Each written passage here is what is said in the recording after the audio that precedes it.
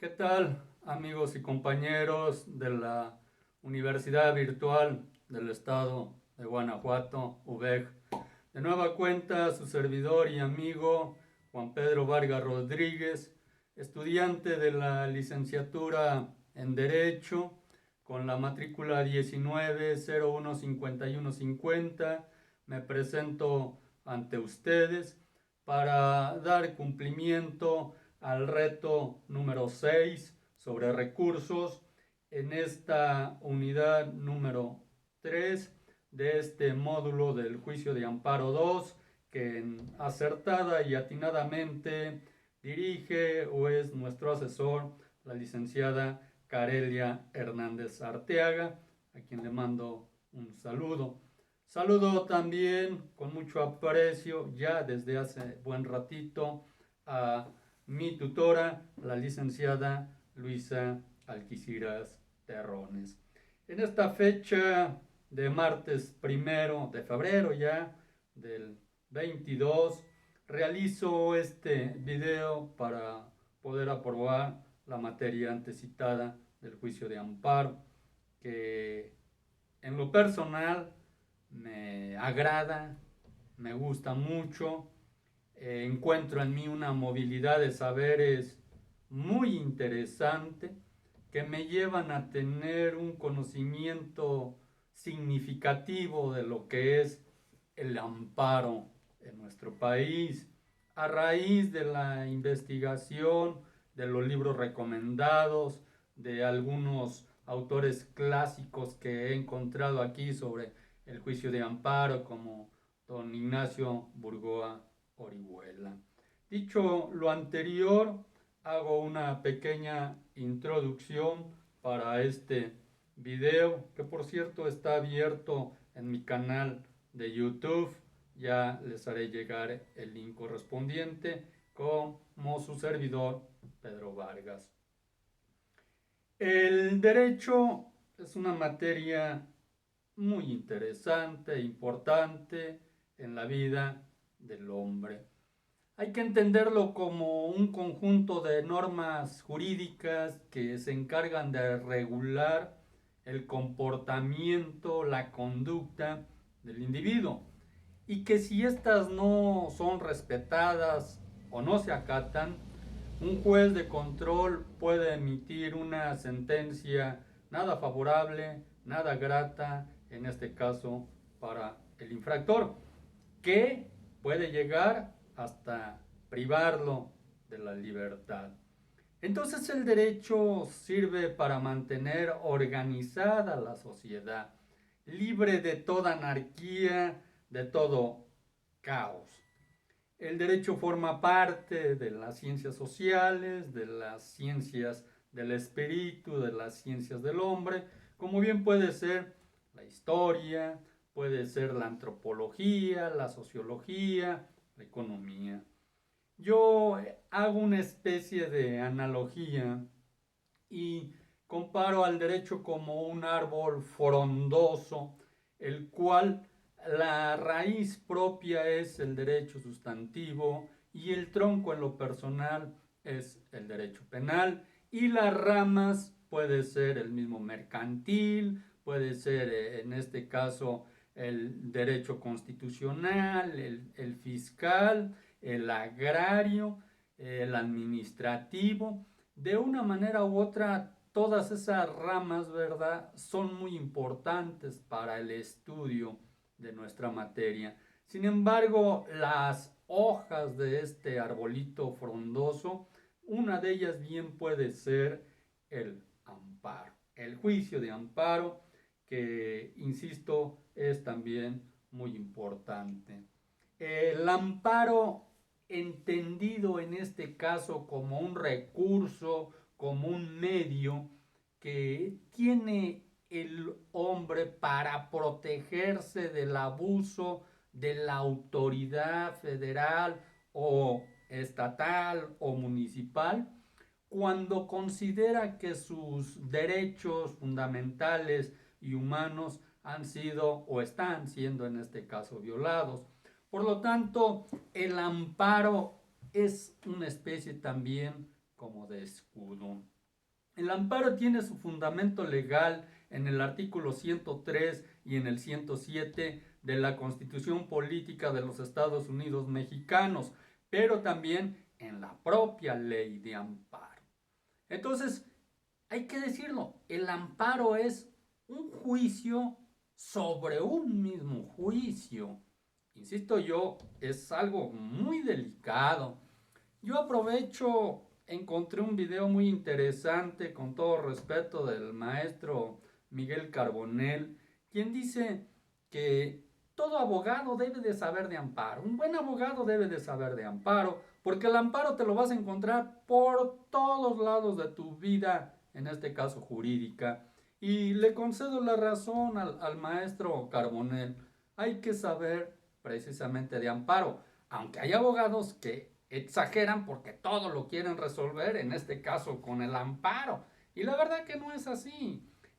Bien saben ellos que en muchas de las ocasiones el amparo no procede, pero lo utilizan ya como una artimaña, o a veces se puede decir como para dilatar el mismo proceso, en este caso del juicio, ¿no? Para conseguir tiempo y encontrar otra estrategia. Pero con todo ello hay que decir que el amparo, precisamente cuando procede, cuando se justifica, pues da precisamente tiempo para que se hagan, en este caso, las revisiones correspondientes. Entonces, dicho lo anterior, el amparo puede ser un amparo, en este caso, por la vía directa, puede ser por la vía indirecta, o incluso puede ser un amparo de esos que se le llama de tipo adhesivo. Aprovecho, el amparo adhesivo es completamente novedoso a raíz de precisamente de la reforma de amparo del día 3 de diciembre. En este caso del 2013 es cuando empieza a aparecer el amparo adhesivo. Uno y otro tiene su fundamento y sus propias reglas, en este caso, para llevar a cabo y que se deben de ejecutar. Hay que entender que la sentencia propia del amparo, cuando se consigue, ya sea que proceda o no proceda, esta sentencia debe de ser congruente. Por lo tanto, la sentencia tiene esta congruencia, donde aparece una estructura de que la sentencia tiene el apartado de los vistos. Hagan de cuenta que es como el encabezado. Los resultandos, ¿verdad? Que se hace una narrativa, en este caso, en relación a los de precisamente el acto reclamado, el considerando que es muy importante, y los puntos precisamente resolutivos. Entonces, este amparo tiene recursos propios, ¿no? Encontramos la revisión, encontramos la queja, la misma reclamación y la inconformidad que se realiza en la propia sentencia. Hay que decirlo que un buen abogado debe de ser un buen litigante. Cuando una persona se presenta y dice que es abogado, lo primero que viene a la mente es que litiga. Entonces, la litigación, que es una actividad, es propiamente de los abogados. Aclarando, hay abogados muy buenos y puede haber abogados muy malos, pero litigar es una actividad propia de los abogados, y por lo tanto estos, desde el momento que toman o aceptan un caso que les lleva a su cliente, lo primero que diseñan es una estrategia, es decir, tiene que hacerse el abogado de un litigio estratégico. ¿Cómo le va a hacer para llevar a buen puerto, en este caso, el juicio? Entonces, este litigio estratégico en México es muy multidisciplinario, diría yo, porque se involucran otras materias para dar cumplimiento a una mejor defensa o a un mejor ataque. Hay que decirlo, en este caso es un apartado muy reflexivo, es una cuestión donde se deben de echar a andar un conjunto de acciones, ¿verdad? Que el abogado debe de saber con la firme idea de estar siempre apegado a lo que van a ser la defensa, la promoción, la gestoría de los derechos humanos. Los derechos humanos son en este caso la columna vertebral del propio derecho penal y de la cuestión del juicio de amparo. Por lo tanto, cuando hablamos de derechos humanos, tenemos que remitirnos en este caso al 2011, cuando se hace la reforma en derechos humanos en México, nuestro país. Estamos hablando apenas de una década de aniversario de esta Comisión Nacional de los Derechos Humanos, pero hay que entender que México es uno de los países que firma muchos tratados de tipo internacional, y es ahí donde entra el sistema interamericano de derechos humanos, la Convención Americana de Derechos Humanos, en este caso la Corte Interamericana de Derechos Humanos.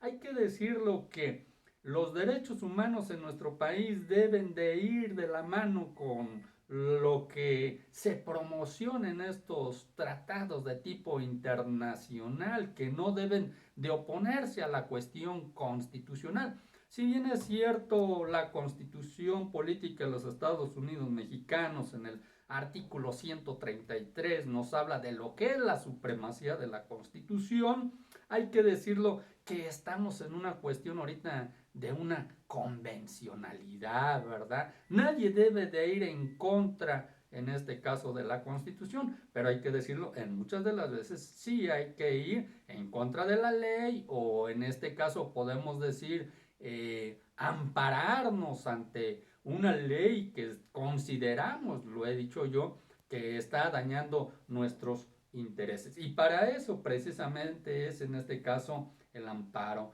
Entonces yo insisto, el abogado debe de ser capaz, debe de tener conocimiento, debe de tener habilidades, destrezas para poder en este caso realizar actos de defensa o de ataque según en este caso pues le corresponda.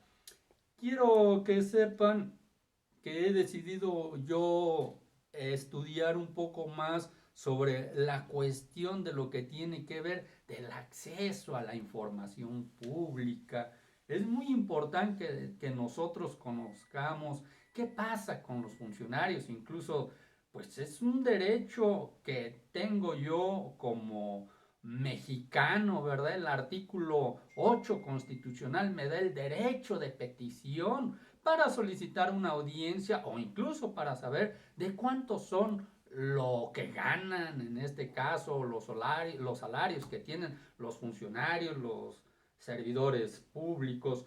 Entonces, a mí me llamó mucho la atención el darme cuenta de que precisamente aparte de que es un derecho, es muy importante tener acceso a la información pública que genera en este caso nuestro país, y donde en muchas de las ocasiones uno se queda sorprendido porque el Estado hace caso omiso o no presenta acciones o estrategias que vayan en contra de ciertos hechos tan tristes en nuestro país, como por ejemplo las extorsiones que vivimos a diario, los feminicidios, las desapariciones forzosas que hay, incluso el cobro de piso, el daño que se hace en este caso pues a los migrantes, ¿verdad? Que utilizan a nuestro país de trampolín para ir a Estados Unidos, y donde muchos precisamente de estos derechos humanos son lesionados, ¿no? Entonces uno debe de tener acceso precisamente a esa información para conocer qué está haciendo el Estado para controlar o para disminuir todo este tipo de situaciones, a veces hasta pues tan sangrientas que están pasando en nuestro país. Entonces uno debe de tener derecho precisamente a estar informado.